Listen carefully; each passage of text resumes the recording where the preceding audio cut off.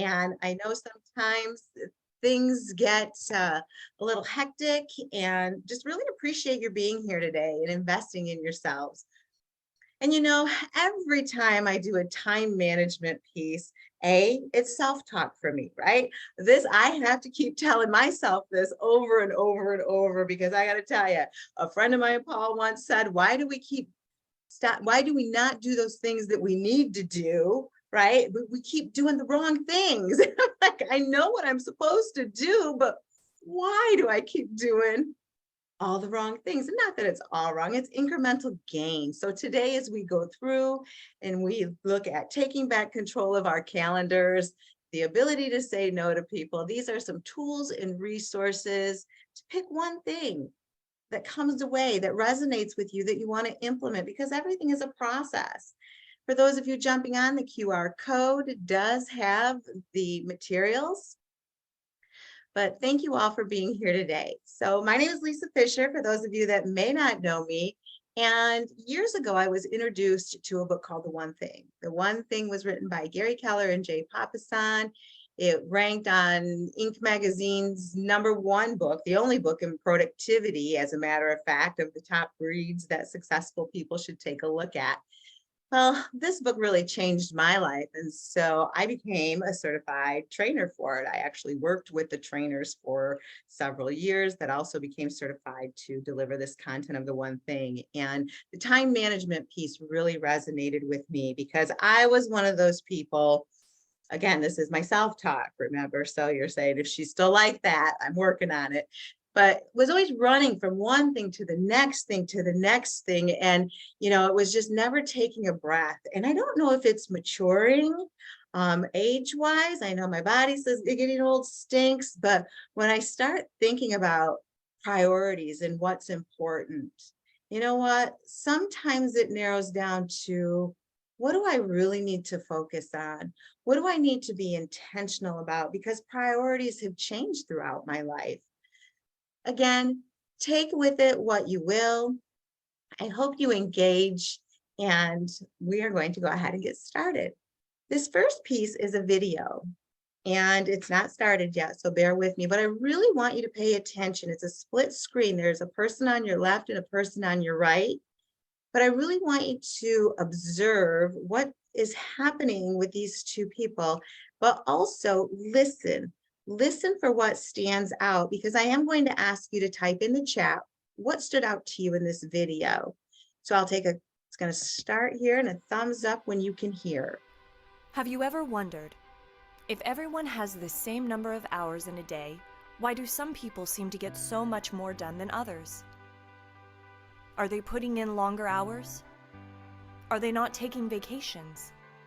Are their personal lives suffering? The truth is, it's not that we have too little time to do all the things we need to do, it's that we feel the need to do too many things in the time we have. The people who achieve extraordinary results don't achieve them by working more hours, they achieve them by getting more done in the hours they work. At home or on the job, distractions lead to poor choices, painful mistakes, and unnecessary stress. Success comes when you can honestly say that you're meant to be where you are right now, doing exactly what you're doing. Identify what matters most to get the results you seek and give it your undivided attention, because at any moment in time, there can only be one thing. What's your one thing? So, as you observed the video and listened in, please type in the chat what stood out to you as you were watching that video.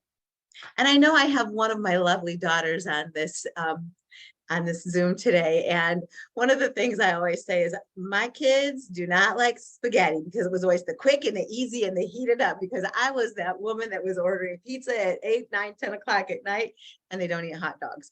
So I was too busy focusing on all of the other things, all of the distractions around me. But I got, what do you have? Type in the chat. What are we seeing? It felt all very frantic. Absolutely.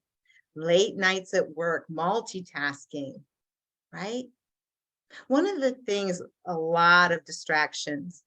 One of the things that stood out in that video for me is it's not that we don't have enough time, it's that we're trying to do too much with the time that we have. We all have that 24 hours in a day. And we have to sleep, right? And we have to eat. And now some of us are actually doing some commuting back and forth. But what are we doing with that 24 hours? And then if you chunk it down to your workplace, if you're working an 8-hour day, how are you spending that 8-hour day? What distractions are you allowing to come in? And the other thing is that we often sacrifice our personal lives for our professional lives. Sometimes we allow that late night phone call to come in and we'll answer it, or we know what we want to get done. We have our intention set for the day and somebody else needs our help. So we stop what we're doing and it pulls us away from getting our things done. So continuing to focus on how do we work on managing and taking back control of our calendars.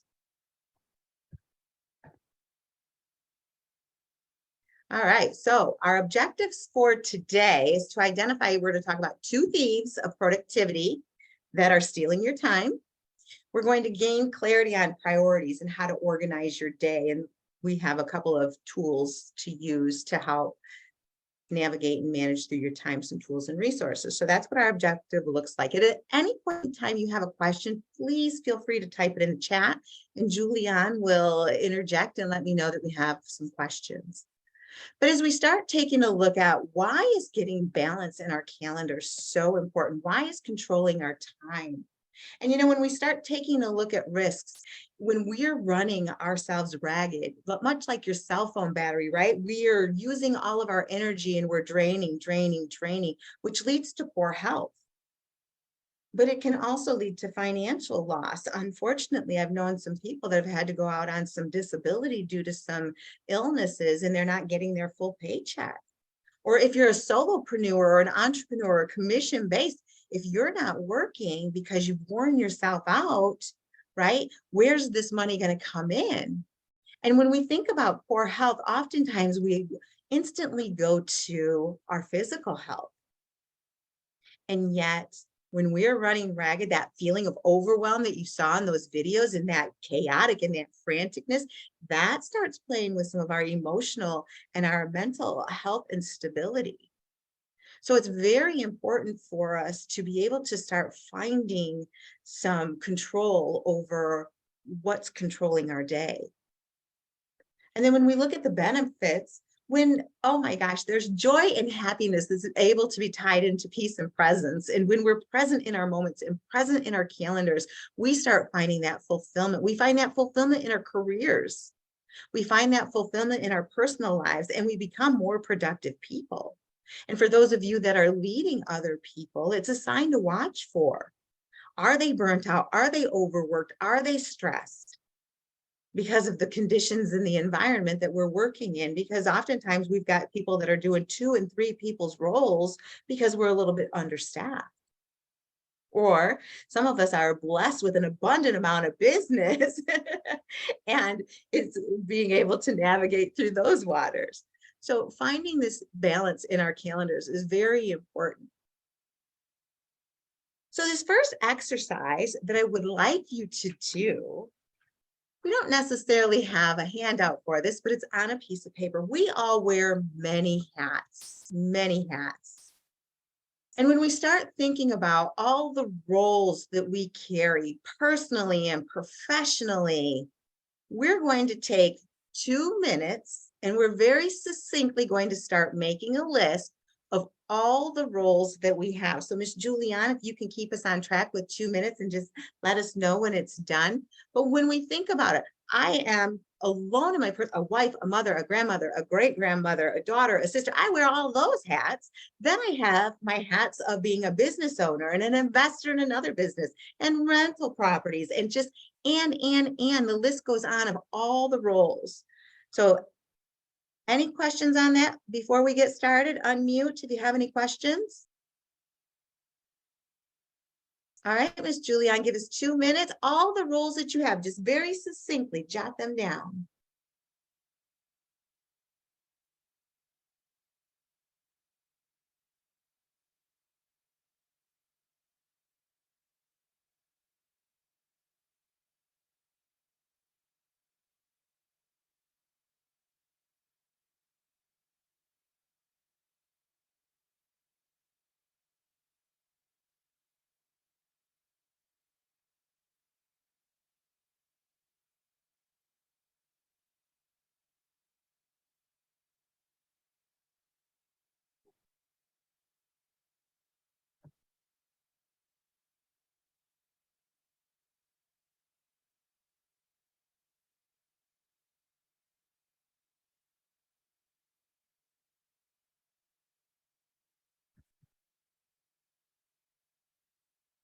Yes, Daniel, personal and work roles. I'm sorry, I just saw that.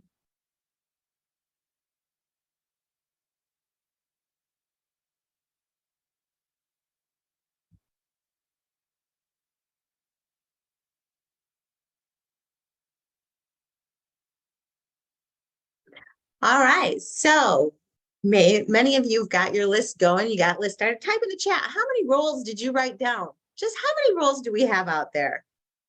Do you have 5, 7, 12? What are they? Just don't write the roles, but how many did you write on the list? I got a 12, I got a 9. We're all carrying a lot of roles, 14, 7. Oh my goodness, so many roles that we carry, so many hats that we wear on a given day. No wonder we're exhausted and worn out running around. But now I want you to spend the next minutes writing down things you did not put on that list. And people might ask, what do you mean by that? Well, not that because you didn't get the list done, but if you aspire to be an author or a writer and that's not on your list, write that down. A volunteer. Maybe you love music and you want to be a musician. I have had this opportunity to do this presentation live, and I've had people look at me and say, I'm not on this list. So take a moment.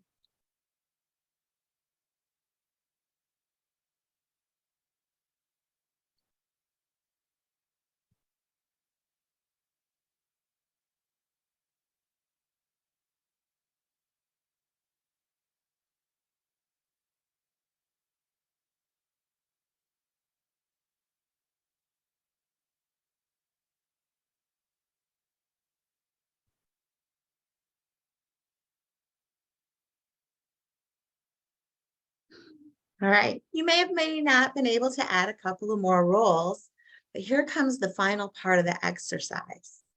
Some of you have so many roles on here. Circle your top 3 non-negotiables. The roles that you have on there that are non-negotiable. So my dad, I don't have to call my dad every day, but I'm still his daughter, right? Then I think about a daughter that I have to call every day. I'm a mom, can't, so what are my non-negotiables? Oftentimes people look and they say, oh, work's on that list and that's non-negotiable. Yet we need to provide for our families. And I get asked all the time, what's the difference between a business coach and a life coach? Because I'm a business coach. I've never found a personal life that doesn't need to be funded. So it becomes about finding non-negotiables. So as you look at that list, type a yes in the chat if you're having a hard time just picking 3 roles that no matter what happens, you can never stop being that role. It's challenging, it's hard. And yet sometimes we go through life treating everything like it's equally important. Going back to that story, I can call my dad. I'm never going to stop being a daughter. And I don't need to call him every day. He would probably hang up on me if I called him every day, right? He just needs me to check in. I need to check in on him every now and again. But my daughter needs more time and attention. And so when we start thinking about where are we spending the majority of our time, and are you living like your top 3 non-negotiables are that? I wasn't. I always talked about my priorities were my children, putting a roof over their heads, food in their stomachs, clothes on their back. They were my purpose. They were my why.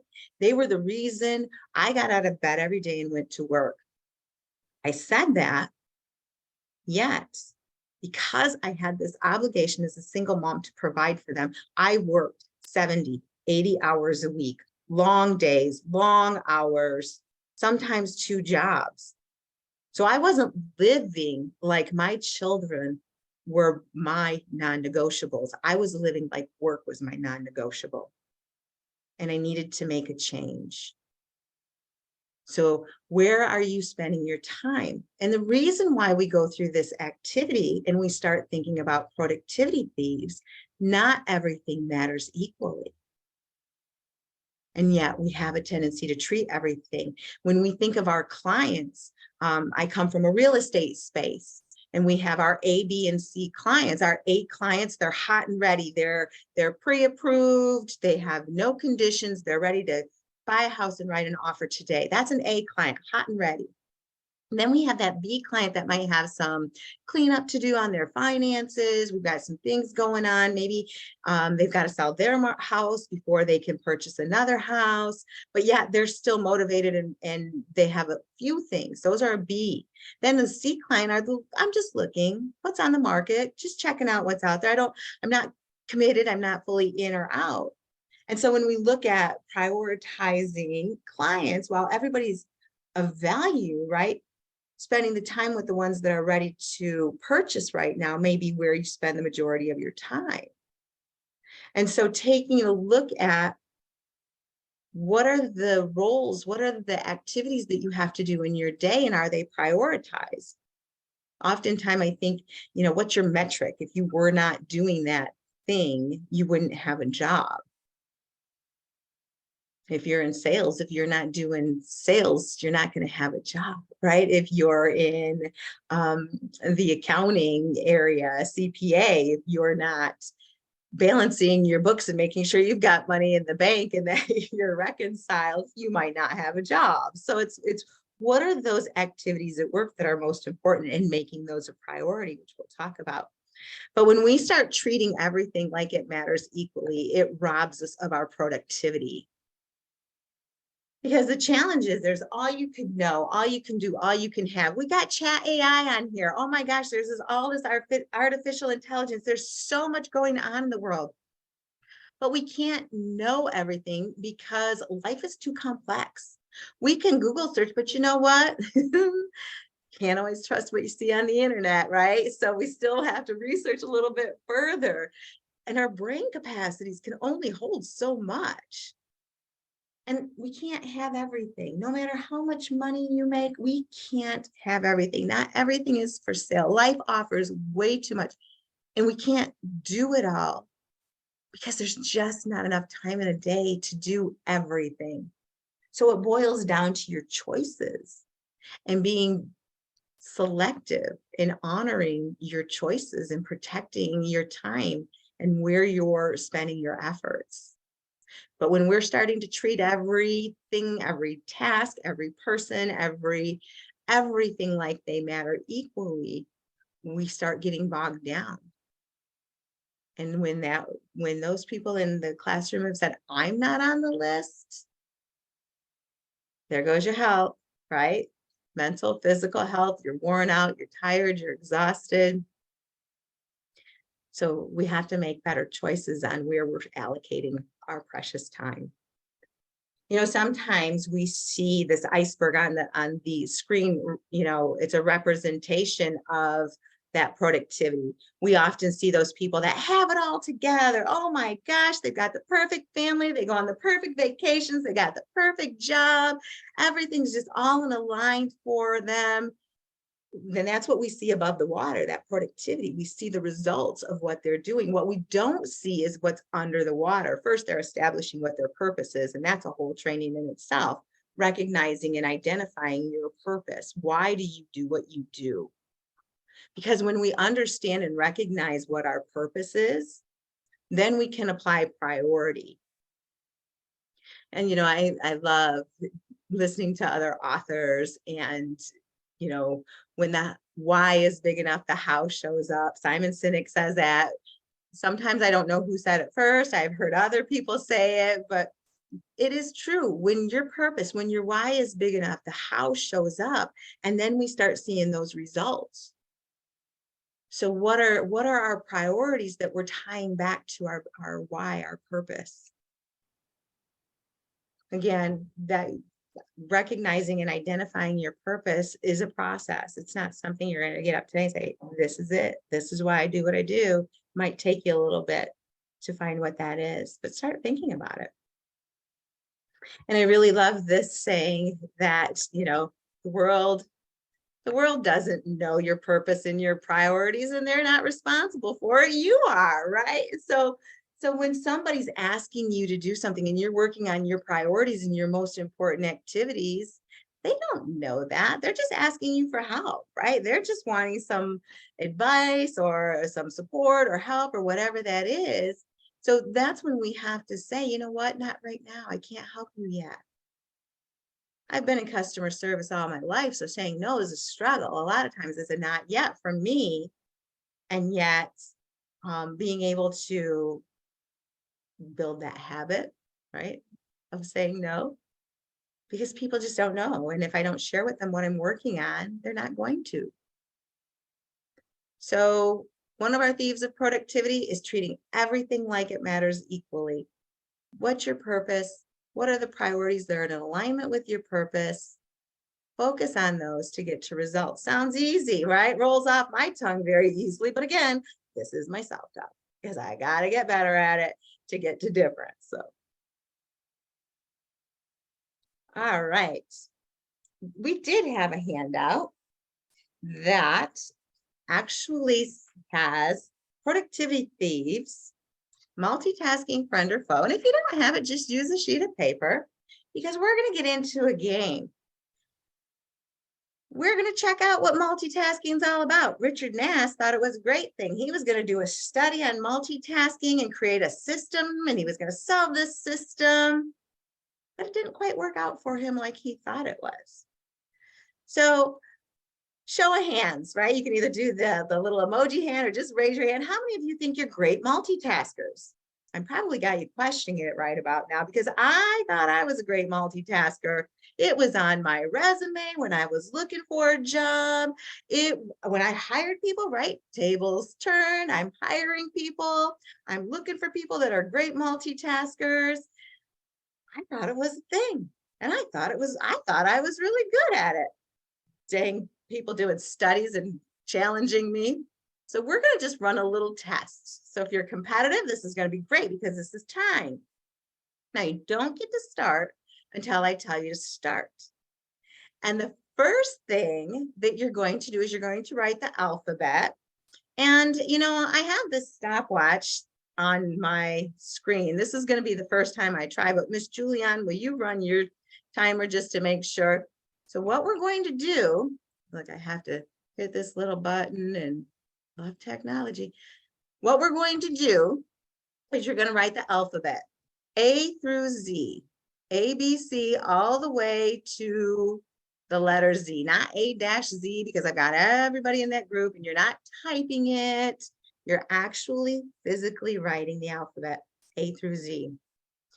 And we're going to listen for two people to unmute themselves and holler done. So this is where you get to unmute yourself and holler done.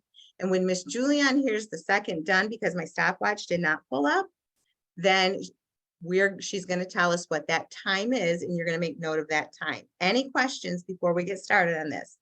Alphabet, A through Z, unmute yourself, holler done. Second done we hear, we're going to hit stop on the stopwatch. Julianne, are you ready? All right, go.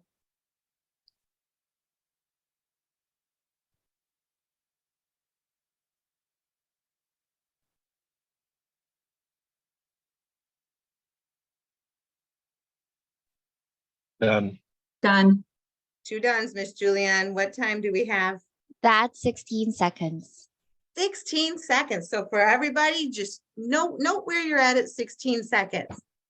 So the second part of the exercise is 1 through 26, the numbers. You're going to write 1, 2, 3, all the way to 26.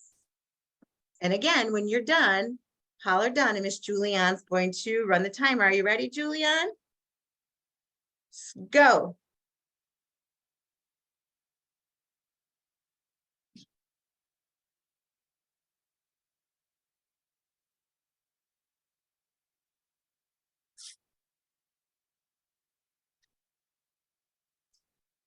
Done.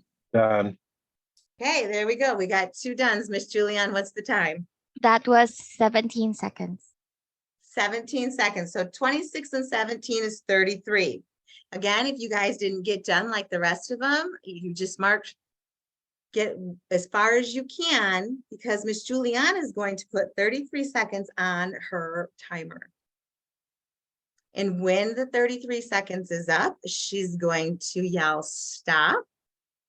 And what you're going to do this time, you're going to write the letter A, the letter B, then the number 1, the letter C, D, number 2, E, F. You're going to keep that sequence. You don't get to start until I say start. Any questions on this third part? All right, Miss Julianne. 33 seconds on the clock. And when we're at 5 seconds, we need to have that countdown. Are you guys ready? Go. Marcus, thank you for joining us today. It's so good to see you here. I hope I get to see you at the event that we're doing for the imposter syndrome. Quincy, I was looking for that map of Hawaii that I told you that I had, and I misplaced it. So I'm not sure if I can get that to you before you go, but I'm certainly going to keep looking for it. Jane Mitchell. 5, Jane, I thought you were on 4, vacation. 3, 2, 1. Stop. Time's up. All right. Very good. Thank you, Julianne. So how many of you were able to get as far as you did the first time? Justine says I'm mean, and that's okay. But think about it. I ran out of letters to go with the numbers. I know, right? But you probably, Marcus, you were going though. You were going. Did you have any struggles? Sometimes people say I had to sing the alphabet over and over again and remember where I was. And what happened when I started talking to people? Right? Quincy's shaking her head. No. Again, Justine's mean. Carrie's got a big smile on her face. But that happens to us all the time. When we're working on our most important activities and we're trying to multitask, we're answering the phone, we're doing some data entry, we're on a sales meeting, or we're meeting with somebody and we're looking at the text messages that just popped up. We're doing all of these. And often what I hear when we do this exercise is, I lost track. I made mistakes. I wrote the same letter down twice. My handwriting's not as good as it was the first time. And when we start doing the countdown and are hurried and rushed, it creates anxiousness. So multitasking is not our friend as much as we think it is. Now, we can do easy things. We can do easy things in our lives that do not require a lot of mind power. That's okay. Yet when you're doing your most important activities, or you have 2 activities in a row that make you need to think and pay attention and be detailed, we don't want to be multitasking, right? Mr. Keller has a sign on this door: until my number 1 priority is done, everything else is a distraction. And we need to be able to get to that point where we're living like we're able to avoid distractions or minimize them.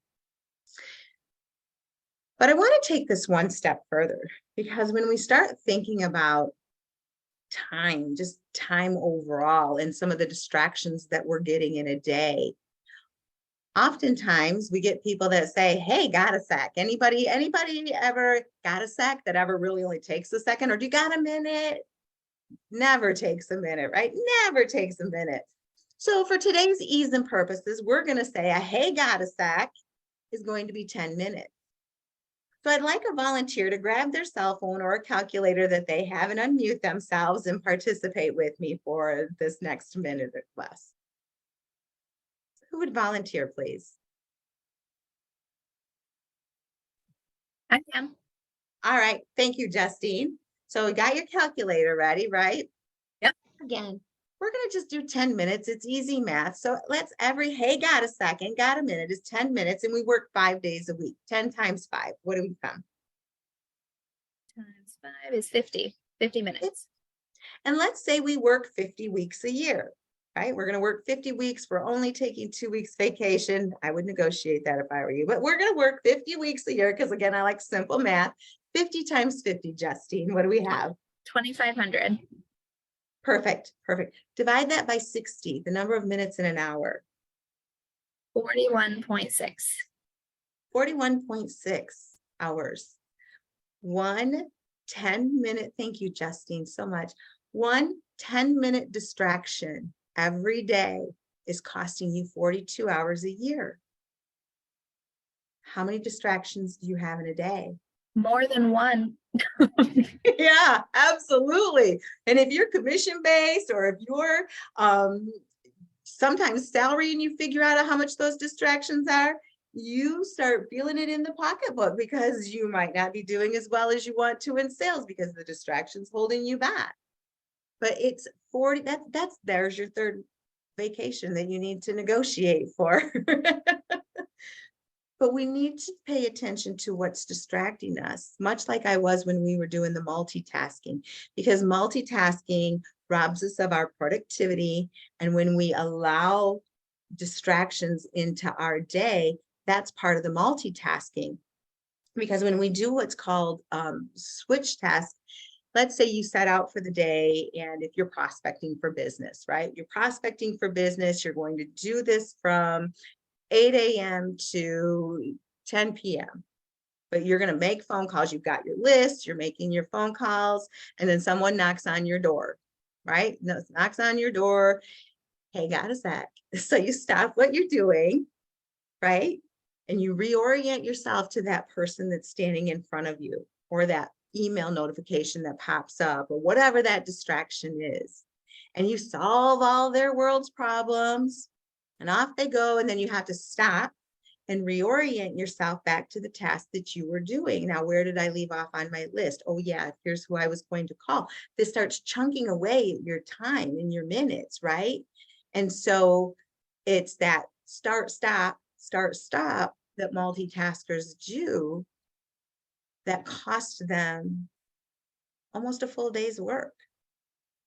28% productivity by start, stop, when we're looking at our switch tasking. And sometimes our distractions are ours. I haven't updated this number or really have done some research, but in Mr. Keller's material, 4,000 is the number of thoughts we have on average every day. Those are our conscious thoughts that we have, not our unconscious. So that's an interruption of ourselves every 14 seconds. So what are you thinking about? I always say, when you're doing dishes, you're not just focused on doing dishes. You got 10,000 other things going on. When I'm washing my hair, it's just like all these other things that I'm thinking about and doing. So I interrupt myself quite a bit. When you're in the workplace, and again, these are pre-COVID numbers, and I know there's hybrid work solutions, but we get an interruption an average of every 11 minutes. And that equates, all of this adds up to that 28% loss of productivity due to distractions, which is one full day in your work. And technology is supposed to make things easier, ladies and gentlemen, but we're tethered to our phones, we're tethered to our watches that are now sending us emails and notifications. All of these are distractions that are pulling you off of your primary metric that's leading to that productivity that you're looking for. So how do we eliminate distractions? When we start thinking about what are our distractions, type in the chat. What are some of the distractions that everybody has going on in a given day? If you were to sit and think about what is happening. Emails. Absolutely. What else? The phone, texts. Absolutely. Oh, our personal lives, our families calling us. Working from home with kids in the home. Absolutely. Clients, Facebook, social media. Oh my gosh. I have this amazing app called Stay Focused. It's free. I download it on my phone and I go in and set parameters. So I can set that I can only be on Facebook for 20 minutes a day, and it kicks me off. It says, peace out, you're done. I could be in the middle of responding to somebody. Stay focused on your goals is the little instant message that comes up. And Amazon, I'm only allowed on Amazon 10 minutes a day. So it takes all that surfing and that distraction of being on social media away from you. But we deal with people. We deal with people all day long. And even, when technology gets great, there's other people that we're still dealing with. So there's always going to be some distractions that are coming into our lives. Can we eliminate distractions? No, but can we minimize distractions? Absolutely. We can set clear expectations with our friends and family members. My mom, she'd always want to call at like 11 o'clock in the morning. And that was always right when I had a meeting. I'm like, Mom, I can't, no more 11 o'clock, Mom. Love you to death. But you can't call me at 11. I have a meeting at 11. Setting that boundary, setting that expectation. Didn't mean I didn't want to talk to her, just not at this time. And when we start thinking about the emails and the text messages and social medias, there are a lot of great books written on habits. If you've not read any great books on habits, I suggest you start looking into some of those. But create the habit of just being intentional about checking email, text messages 2 or 3 times a day. Allocate those times a day and hold it to that instead of every time. It's that instant gratification. But if we tell our clients, if we tell our coworkers, if we tell our friends, this is when I'm going to be checking emails and returning voicemails, and teach them to leave them and actually return them at that time, right? It's going to make a significant difference, because has anybody but me got caught in this trap? Ooh, notification pops up. You have an email. Oh, it's from Carrie. I better check this. So I'm checking Carrie's email. And the next thing I know, I'm in there for an hour because, well, now I got an email from Justine. I need to get her that insurance information. I better pay it. And I'm losing, and I'm not doing what I'm supposed to be focused on at that time. I have a colleague that talks about when we were in school. When we're in school, we receive, when we're in high school, junior high school for some, our schedule. We get our schedule, and our schedule says you have algebra first period, gym second period, and who knows, science third, whatever. I couldn't show up to school. My first period was algebra. I couldn't show up and go to gym class first period. I had to go to algebra. So when we start looking at time blocking and managing our time, we had those boundaries when we were in school. So treat that. And Mr. James Jackson, I see he was on here today, and I hope he still is, but we had a great conversation about our time as a budget. If you have a budget for your money, you have checks and balances. Some of you might have profit and loss, but you create a budget with your money, and we can always make more money. We can increase our sales. We can be focused on our work. We can get a second hustle, whatever that is, but we can never get more time back. So when we start thinking of utilizing and creating our time into a budget, we're going to have to start thinking about what are some of those distractions and how do we say no to them? And when we think of willpower, right, it's the will to say yes to what you're supposed to do and no to everything else. How many of you, show of hands, like to solve everyone's, you're a problem solver, right? You want to help people. That's what I do for a living. If I could spend all day just talking to people, I'd be golden. But there's other aspects of my role that I have to do. And so sometimes I have to say, no, I can't have this conversation right now. Can I talk? Can I reach out in 20 minutes, or sometimes Tuesday at 2 o'clock, whatever that might be. So we need to practice a little bit of willpower to say no. So when we start thinking about, how do I say no, right? How do I say no? And sometimes it's a boss subordinate thing. We don't ever want to be insubordinate. So the question, it might be more of a question and not no, but where does this fall in level of priority with what you already have me working on? Because sometimes our bosses, they're just wanting to get it off of their plate onto somebody else's so they don't forget about it. So they might be saying, Julianne, here's the list of things I need you to do.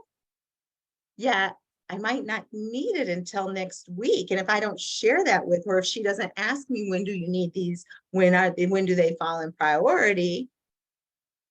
Right? She might stop what she's doing and get interrupted and do what she thinks is the priority. So it's just, that could be a question. But other times that we need to say no, right? It's about taking a look at our time blocking system. What kind of tools are you using, and when do you have available to talk to them? I can't right now. I have an appointment, and that appointment might just be with yourself, and that's okay. They don't know that, because often what you're doing for yourself is serving someone else, getting information or building your business so that you can continue to support and analyze and do what you need to do. So sometimes it's I'm not available right now, but I could do it this afternoon. Thank you, George. The Power of Positive No is a helpful book. Thank you. Another way to say no is to be on a mission. I'm on a really tight schedule right now. Sometimes when I think about being on a mission, I think about when I'm getting ready to go on vacation. I work like the dickens. I am focused, I'm intentional, I'm getting everything done so I can go on vacation and not worry about it. So tight schedule, yes. But if you're on a mission, if you're getting ready to go on vacation, work and get your stuff completed, right? The other is to buy time. Can I get back with you? I like this. Can you shoot me an email about what you'd like to discuss or what you need help with? And that's buying time, because then if you're sending me an email, if you have a question and I know what the question is, I can research it. So and that saves time because, hey, Lisa, what's the square root of? That's my email message. And I'm going to have to email it back and say, I don't know. I have to get back with you. And then I go do my research and then I have to reach out to you. So I'm tapping into a little bit more of my time, chunking more away of that 24 hours a day I have. Whereas if you send me a message and say, hey, Lisa, what's the square root? I can look it up and send it to you when I have time to check my emails. So buy yourself time. Set a challenge. When I think of this challenge, how many of you are in the concept, and I was thinking of this today, is today's a time management, it's an hour long. And I know I preached to everybody, why do you have to have meetings for an hour? Because everybody thinks we got to schedule an hour meeting or a 30-minute meeting. Why not do a 45-minute meeting? Have an agenda. Come prepared and let's scale back. We don't need to meet for a whole hour just because we think we need to fill an hour. Have a 15-minute meeting instead of a 30 to touch base and see how things are going and be intentional with what does that agenda look like. So that is a challenge that I set forth to other people. And we can utilize that because that 15 minutes starts adding up. I know now can lead to a yes later. No, I can't do it now. Can I help you Thursday instead? You got the truck and your buddies want you to help them move. Can you help me move Saturday? I can't this Saturday, but I can next Saturday. Well, guess what? They got to move this Saturday. Chances are they're going to find somebody else and you just got your whole weekend back because you're not going to have to do it next Saturday. But then sometimes we have to reset our priorities because there are some times when things are asked of us that we have to do right now. Again, asking that boss, where does this fall in level of priority? One of the things that I encourage and ask everyone to really think about is what constitutes an emergency? What will you constitute as an emergency that's going to take you off of your tasks, off your most important tasks? A lot of times I hear safety, blood, broken bones, because there are some things that we need to do. A deadline that is not being met, that we need to stop what we're doing and focus and hit our deadlines. But what are your emergencies? It's all about the ability to say no. So I encourage you all to say no, to say not yet. And it's okay. But set expectations and let people know I respond to emails in 24 hours and make sure you do what you say you're going to do, right? A lot of times I will tell my clients setting those expectations, text me if you need something. And when I have a break in my calendar, then I will get back with you. And I love this quote from Seth Godin, just saying yes because you can't bear the short-term pain of saying no is not going to help you to do the work. Because as we start saying yes to things, that our balance scale starts tipping and we're out of balance. You can say no with respect, you can say no promptly, and you can say no with a lead to someone else who might say yes. But don't just say no. It's not going to help you do the work. Focus on things you can control. There are some things that we cannot control depending on your circumstances. And oftentimes we allow our brain space to be focused on all of those things that we can't control. Begin with what you can control. You can control the questions you ask. You can control what you're allowing to come into your calendar when you have expectations and standards set. When you start taking a look at saying yes, because we're helpers, we're fixers, we're customer service, we want to do good in the world, we want to do all of these things. Yeah, there comes a time of taking back that control of your calendar to rejuvenate yourself, to focus on your family, friends, those things, your travel, whatever it is that's most a priority to you. Because if we keep saying yes, right, then that becomes the expectation. Well, you know, I'm going to go ask Jessica. She always says yes. I'm going to ask Lisa. I know she's going to do it. And, you know, it's sometimes when we think it's always the same 20 people that are volunteering. It's always the same 20 people that are showing up. It's always the same, you know, it's always, they're the ones that are always allowing you to do things over and over. And Mr. George says, if you never say no, your yes has no value. Ooh, I like that. So what are the things when you start looking at your calendar that you can control? I've met many of you here in a networking setting. We do a lot of networking. And sometimes when I'm talking to people and they're running out of time, there's not enough hours in a day, they're not getting the results that they're looking for, it's evaluating. Because not every networking event matters equally. Great people, oh my gosh, I've met so many wonderful people, but you know, are you getting value out of where you're spending your time? And so it becomes, maybe you need to scale back on one or two of the activities that are not yielding you the results. You can control that. So focus on what you can control. Time blocks. Anybody using a time block calendar? Type in the chat. Are you using a Google Calendar, a paper calendar, no calendar at all? How many of you are utilizing any type of a time management system? Got a Google Calendar. Yep, I got my Google Calendar connected to my phone. When technology works, it really works, but when it doesn't, it doesn't. And I have got a few things to figure out there. But sometimes people are living vicariously on their Outlook calendars, paper calendars that come back into play because there's a sensation you get when you're physically writing things in your brain that memorizes it. I've never studied the brain, but I just know that. Think about when you have a to-do list and you're scratching things off, right? You know, you're like, woohoo, endorphins are happy. But if it's not in your calendar, it doesn't exist. So oftentimes I find myself, when I have time, I'm going to get my systems in place. When I have time, I'm going to create my checklist. When I have time, we have to make time. We're not going to find time, right?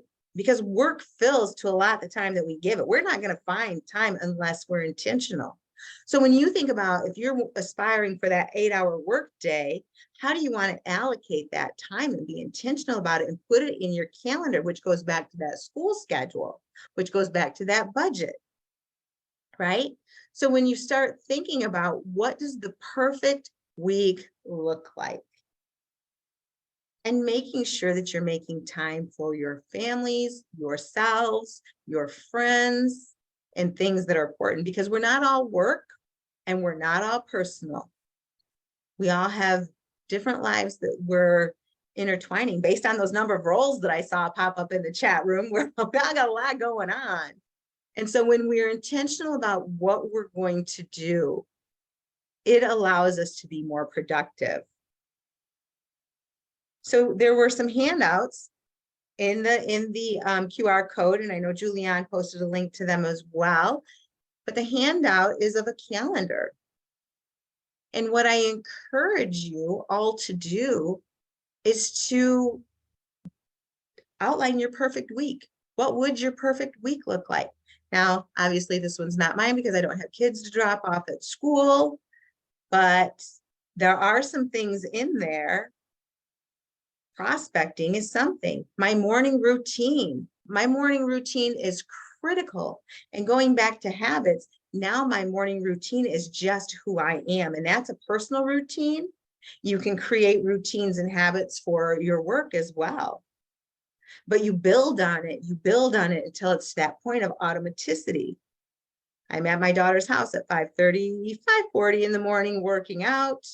We work out, I come home, my husband and I read scripture, pray, get ready for the day. That's my morning routine, and that is who I am. Very seldom do I miss that. And I've been doing it so long that just is who I am. And when you start thinking about your tasks at work and your activities, yes, you can go through and use this and design your perfect week and then start somewhere and chunk it down. Start with one thing. Maybe it's checking emails at 9 and 11 and 3. That's the habit you want to create. But start making a small habit, incremental gain, focusing on the priorities. And when we're working on our most important activities, we often look at doing those at specific times of day because it's important when you do them.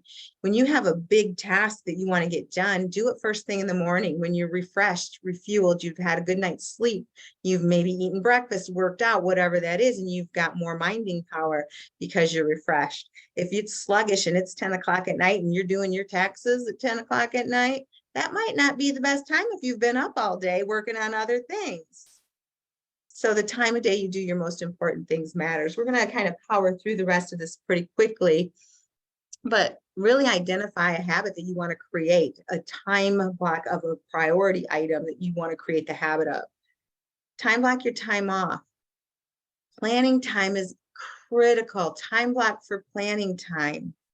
Whether it's the last thing on Friday you want to plan for the following week, if you want to plan on Sundays, what the rest of the week's going to look like, but planning time is super important so you can be intentional about your time blocks and what you want to get done instead of work, 8 to 5 work, what do you want to get done in different time slots?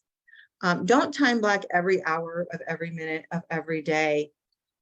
I've taught this to different organizations, different industries, and that is something that they found to be new, that they'd heard about time blocking, they've done time blocking, fill out your calendar, but not to time block every hour of every minute, because that emergency that we talked about will pop up. We will have something urgent happen. And so we can fill it in when we're supposed to be doing prospecting, and then we pick up our prospecting in one of those blank times. Because the next one is if you erase, you must replace.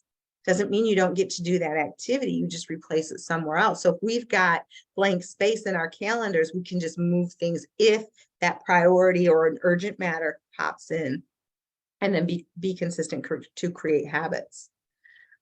4 proven ways to protect your time block: build a bunker, find a quiet, safe place to work. Before pandemic, I used to talk to people about going to the library where they can't be on their phones to do some of their administrative stuff, their writing, whatever it was that they were working on, to avoid some of those distractions. People that went to work from home, get an office, a quiet space. If you don't have room for an office, just a workspace instead of sitting in your favorite lazy boy. Store provisions, bring your tissues, your ibuprofen, your coffee, because when we get up and go get a cup of coffee, we might make it back to our desk a half an hour later because someone's got a minute, got a second, or the dogs need out, depends on what your work environment is. Sweep for minds, turn off those notifications. Turn off those notifications. Stop being tethered to your watch, your phone, your email notifications. Be intentional about blocking out time to check those out. If you are in a work at home and your pets are mine, right? Find maybe a place to put them away.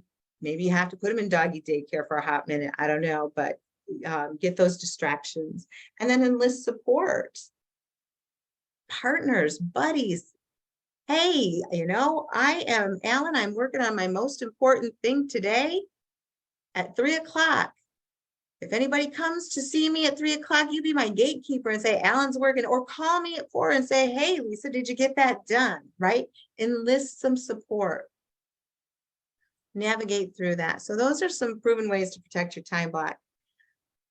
always, if you have a challenge with time blocking, what's a solution for it?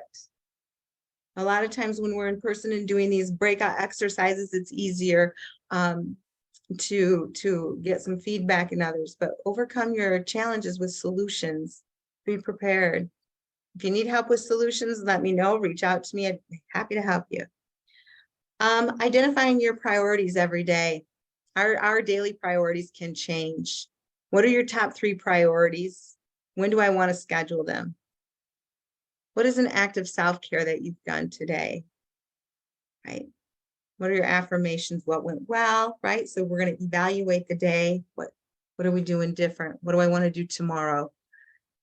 There's several different planners and different things that you can do to help you identify your priorities and kind of keep track of them so that you're focused on what you're doing. And there is a link to the planner. I have a fillable PDF one on my website that looks like that. If anybody is interested on that, Julianne will put the link in the chat. So we looked at a couple of thieves. We talked about getting some clarity on your priorities and putting some time into focus and being intentional, whether it's through time blocking, it's through creating a bunker, but really recognizing what are those priorities and how do I say no to some of the distractions? And we looked at some tools, right? Some time-honored tools. But what I'd like for this real quick minute, and I know I talked a lot and I came at you like a fire hose, and I am at 11:59 on my watch. So I'd love to hear, type in the chat, what is something that you want to take away from today's that you'd be willing to implement into your life that might make a difference on your time and taking it back, because all time management begins with self-management. It begins with you. I love setting boundaries with my parents. I love it. I love it. Thank you. Imagine life is a game in which you're juggling 5 balls. I love this. This really was impactful for me. The balls are called work, family, health, friends, and integrity.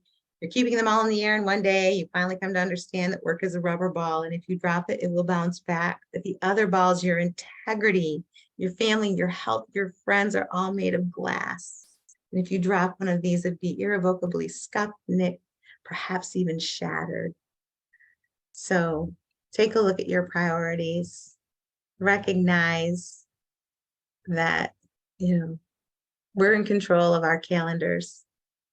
Last but not least, we have an event coming up April 28th, Imposter Syndrome 2. Doesn't mean you had to hit Imposter Syndrome 1.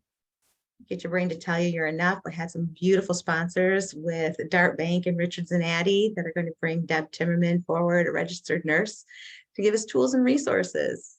70% of all people suffer from an imposter syndrome moment at some point in time. So thank you all for being here today. I hope you found value in this last hour. And I'm going to stick on for a minute, like I say, honoring your time, 12 o'clock on the dot. So thank you for being here. Any questions, please feel free to type in the chat or unmute yourself. Thank you, Lisa. Thank you. Thank you. Have a good afternoon. Have a wonderful Thank you. afternoon. Enjoy that sunshine. Good to see you, Mr. Jackson. See you, Marcus. Bye. Thank you. Bye. Thanks for being here today, Michelle. Hi, Lisa. Thank you. I'll be talking to you soon. You bet, Carrie. Bye-bye. Bye. Thanks, Lisa. Nice job. Thank you. Good to see you, Jim. Likewise. Be Glad well. you joined. Good, good. Good to see you, George. Christine Vowels, time change. How are you?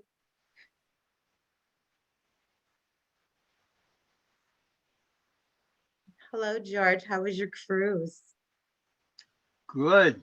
Too short. I thought you were ghosting me. Is that what the young people call it? Uh, I haven't heard from you. oh, in recompressing after getting back. Good, good, good, good. I'm almost caught up. That and I 2 words for what I just witnessed. Well done every step of the way.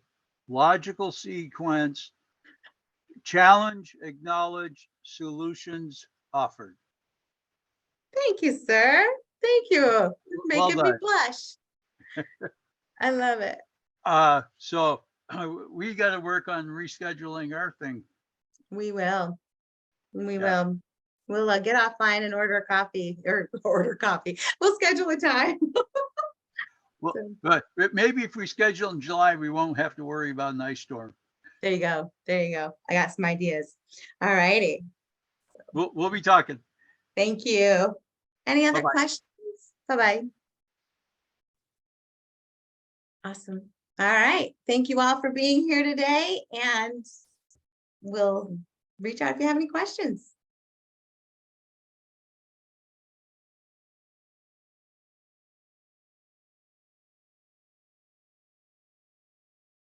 All right. Good job. Did we stop the recording?